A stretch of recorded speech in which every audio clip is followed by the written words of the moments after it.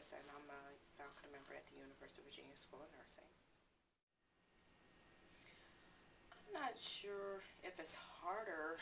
I think it's probably, they probably may know um, that there are resources, but I think they may be hindered from seeking help because they feel like people think that they should not be involved in substance use or abuse, and therefore that's the stigma associated with use um, that leads them to go underground and therefore do not seek out help, even if they want to get help. And if you talk about healthcare providers who are licensed individuals trying to get help, um, they're looking at possibly losing their livelihood, and therefore will likely lose their positions, their jobs, their families. So the risk of disclosing what's going on with their lives is, in order to get help, the benefit of getting help, you never know how those, the balance, the weight of do I share that I am a user and therefore go and get the help that I need. I have to weigh that against, okay, the benefit. Yeah, I may recover, but what if I lost in the process?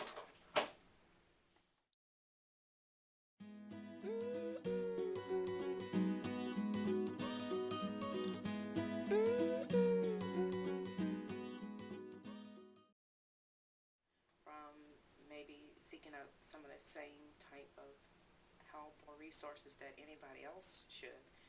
Um, but I think more than likely they will go to, maybe if they're a believer, they probably would go to their pastor or chaplain. But I think if they got a colleague that they trust in, maybe go to that individuals. And of course, if they have family members that they trust or can trust, maybe those are the individuals they can go to as well.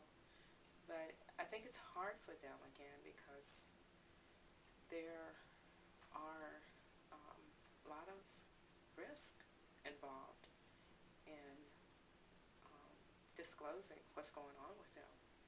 And they're looking at possibly losing, like I said earlier, possibly losing their job because you're working with patients and you're not a safe practitioner in the middle of using substances. So, and I think a lot of times people forget that alcohol is a substance that people abuse a lot as well. And I think a lot of times when people start talking about substance abuse, we think about hard drugs, and it could be something as sometimes people consider benign as alcohol, because we can be overusing and again put the person as well as themselves in jeopardy when you're on the job.